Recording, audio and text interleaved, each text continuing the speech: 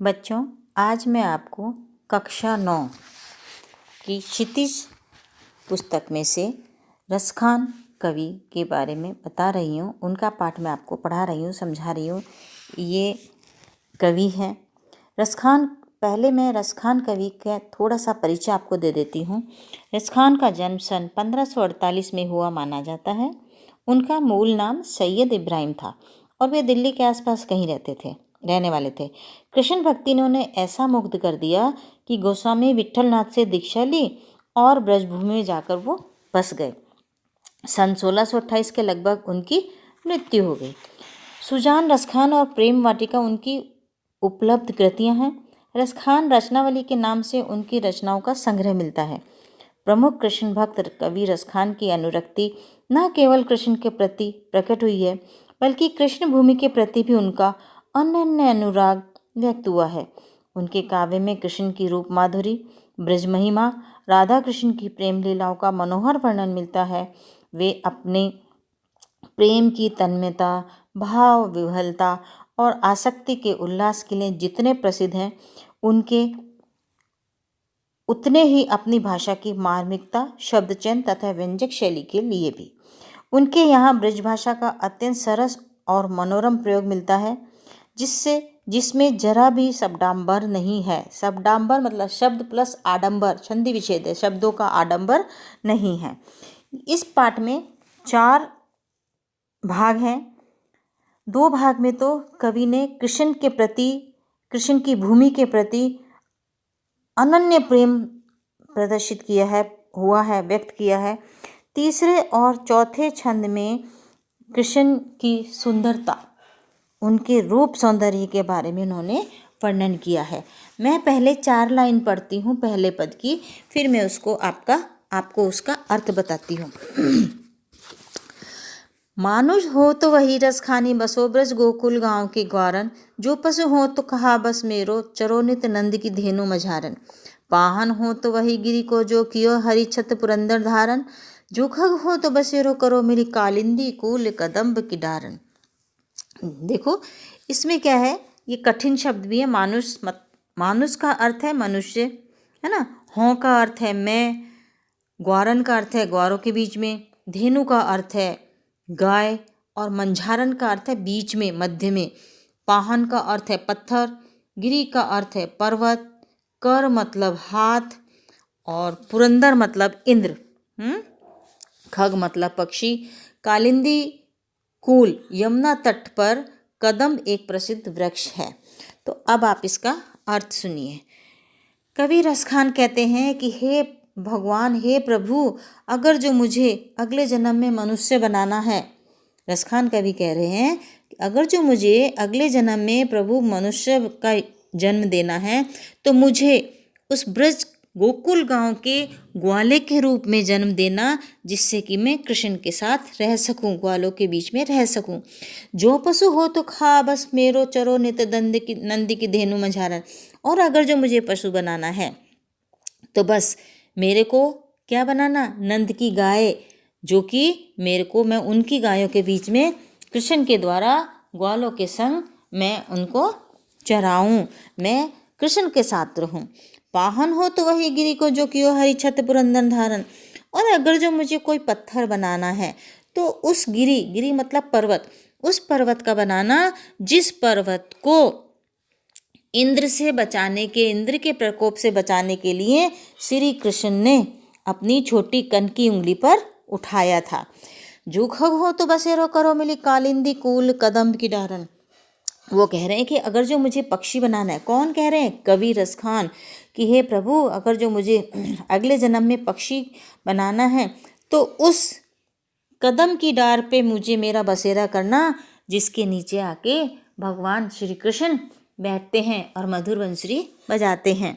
यानी कि कहने का मतलब ये है कि इसमें कवि की जो भक्ति है वो कृष्ण के प्रति इतनी है कि इसमें कवि किसी भी रूप में कृष्ण की क्रीड़ा भूमि ब्रज में ही रहने की इच्छा कर रहे हैं, कि मैं किसी भी तरह जो भी जन्म मुझे मिले, मैं कृष्ण की ब्रज भूमि में ही रहूं।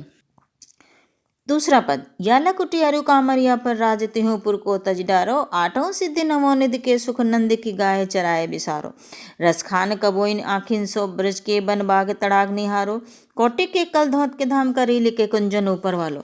देखो इसमें भी थोड़े से कठिन शब्द है। लकुटी का अर्थ है लकड़ी या छड़ी लाठी, और अरु का अर्थ है और, कामरिया यानी कि कंबल, और तिहु पर तीनों लोग, है ना, तिहु पर मतलब तीनों लोग, तजित मतलब त्यागना, बिसारो भुला दूं छोड़ दूं, और तड़ाक का अर्थ है तालाब, निहारो का अर्थ है देख लूं, कौटिक मतलब करोड़ों, और कलधौत मतलब स्वर्ण सोने के, धाम मतलब घर, और वारो मतलब नेछावर कर दूं। इस दूसरे पद में भी कवि रसखान ने कृष्ण के प्रति अपना प्रेम प्रकट किया है। वो कहते हैं, या लकुटियरे कामरिया पर राज तिहुपुर को तजडारो, अगर जो मैं कृष्ण की छड़ी या लाठी या कंबल तीनों में से कुछ भी एक बन जाता हूँ तो मैं तीनों लोगों का राज जो है वो त्याग दूंगा, क्योंकि या तो मैं लकड़ी लाठी बन जाऊँ कृष्ण की, या कमर पे पड़ा हुआ कंबल, है ना, या फिर मैं इस चीज़ के लिए तीनों लोगों का सुख जो है वो त्याग दूंगा। आठों सिद्ध नवोनिधि के सुख नंद की गाय चराए बिसारो, और नंद की गाय के बीच में चराने के लिए, नंद की गाय बनने के लिए, उन ग्वालों के बीच में जाने के लिए मैं आठों सिद्धियां और 9 निधियां सबको त्यागने के लिए तैयार हूँ। आठों सिद्धि 9 निधि का अर्थ पता है? देखो, आठों सिद्धियां का अर्थ है 8 सिद्धि कौन कौन सी है? अणिमा, महिमा, गरिमा, लघिमा, प्राप्ति, प्राकाम्य, इशित और वशित। ये 8 अलौकिक शक्तियां हैं, 8 सिद्धियां कहलाती हैं। और 9 निधियां, है ना, 9 निधियां किसको कहते हैं? पद्म, महापद, शंख, मकर, कच्छप, मुकुंद, कुंद, नील और खर, ये कुबेर की 9 निधियां हैं। तो कवि रसखान कहते हैं कि मैं नंद की गाय बनने के लिए, नंद की गाय का चराने के लिए सुख, उस सुख के लिए 8 सिद्धि और 9 निधि को भी वार दूंगा ऊपर से। रसखान कबो इन्हें नाखिन सो ब्रज के वन बाग तड़ा। रसखान कवि कहते हैं कि हे प्रभु, मेरे ये नेत्र कब ब्रज के बाग तालाब देखेंगे? इनको कब वो सुख मिलेगा जब मैं ब्रज में आके विचरण करूंगा। कोटि के कल धौप के थाम करील के कुंजन ऊपर वालो। तो ये कवि कह रहे हैं कि मेरे को वो कब अवसर मिलेगा जब मैं ब्रज के कुंज में, बागों में आके मैं विचरण करूंगा, तो मुझे वो सौभाग्य मिल जाएगा जिस पर मैं करोड़ों सुख भी भवनों का सुख भी, सोने के जो भवन है उनका सुख भी मैं उस पर वार दूंगा। यानी कि मुझे कृष्ण चाहिए, कृष्ण की भक्ति में वो इतने तल्लीन हैं कि कृष्ण के बिना वो अपने आप को अकेला महसूस करते हैं। उनको ऐसा लगता है कि बस मैं कृष्ण की भक्ति किसी भी तरह ब्रज में पहुंच जाऊं और कृष्ण के पास मैं रहूं। तीसरे छंद में कृष्ण के रूप सौंदर्य के प्रति गोपियों की उस मुग्धता का चित्रण है जिसमें वे स्वयं कृष्ण का रूप धारण कर लेना चाहती हैं। मोर पखा सिर ऊपर राखियों, गुंज की माल गरे पहिरोंगी, ओढ़ी पितंबर ले लकुटी बन गोधन ग्वारिनी संग फिरोंगी।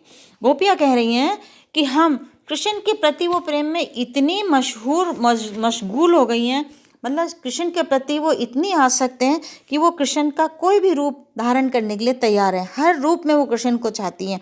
वो कह रही कि हम अपने कृष्ण बनने के लिए, कृष्ण जैसा बनने के लिए हम अपने सिर पर मोर पंख रूपी मुकुट धारण कर लेंगे, गले में गुंजों की माला पहन लेंगे, और पीताम्बर मतलब पीला कपड़ा पहनकर, लकड़ी हाथ में लेकर, लकड़ी बनकर गोधन ग्वालों के साथ में हम वन में फिर लेंगे, गायों को चरारेंगे।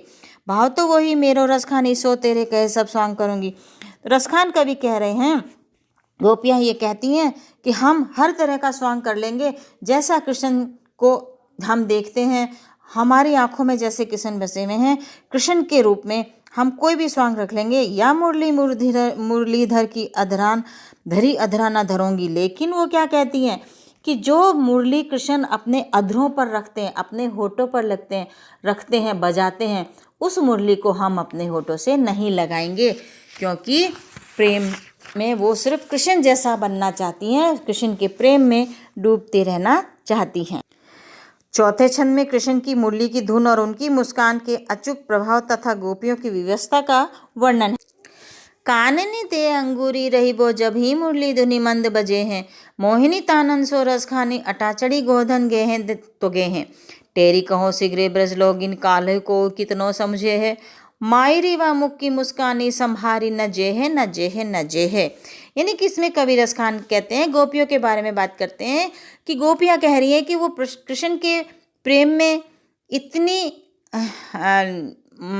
पागल हैं कि उनसे उनकी कोई भी सहन नहीं होती है। वो क्या करती हैं कि वो कह रही हैं कि जब कृष्ण की मुरली की धुन होती है तो पागल हो जाती हैं सुनते ही। तो वो कह रही हैं कि जब भी कृष्ण मुरली बजाएंगे तो हम अपने कानों में उंगलियां डाल देंगे, मुरली की मधुर धुन हमसे सुनी नहीं जाएगी। मोहिनी तानन सो रस खानी, जब कृष्ण मुरली बजाते हैं तो ब्रज की गायें भी अटारी पर, अटारी मतलब कोठा या अटालिका पे चढ़ के नाचने लगती हैं, वो गाने लगती हैं।